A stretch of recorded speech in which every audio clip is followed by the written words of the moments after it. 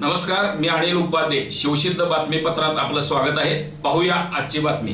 शासनाच्या रमाई आवास योजनेतील 2 हप्ते जमा करण्यापोटी 13,000 रुपयाची लाच मागणी करून तडजोडी अंतिम 10,000 रुपये स्वीकारताना मूल्यांकन करणारा हातकणंगले पंचायत समितीकडील बांधकाम विभागाचा ग्रामीण गृहनिर्माण अभियंता अविनाश अशोक सुतार याला लाचलुचपत प्रतिबंधक विभागाने उजगाव पुलाजवळ सापळा लावून पकडण्यात आले.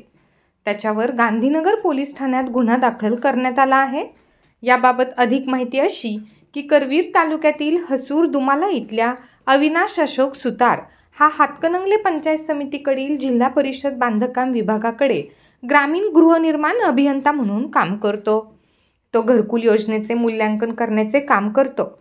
तक्रारदार यांच्या आईचे रमाई आवास योजनेतून 2024 ते 25 सालासाठी 1.5 लाख रुपये मंजूर झाले आहेत. हे पैसे 5 टप्प्यात मिळतात.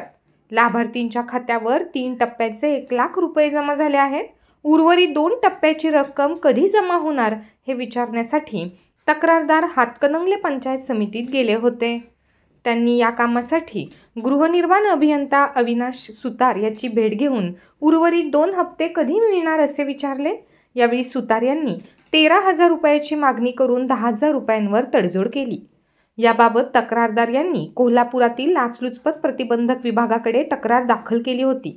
ही तडजोडीतील रक्कम करवीर तालुक्यातील उजगाव इथल्या पुलाजवळ स्वीकारत असताना लाचलुचपत प्रतिबंधक विभागाच्या पथकाने सापळा लावून त्याला पकडले. या घटनेची नोंद गांधीनगर पोलीस ठाण्यात करण्यात आली आहे. ही कारवाई पोलीस उपाधीक्षक वैष्णवी पाटील यांच्या मार्गदर्शनाखाली पोलीस निरीक्षक आसमा मुल्ला, विकास माने, सुधीर पाटील, संगीता गावडे, उदय पाटील, प्रशांत दावणे यांच्या पथकाने केली.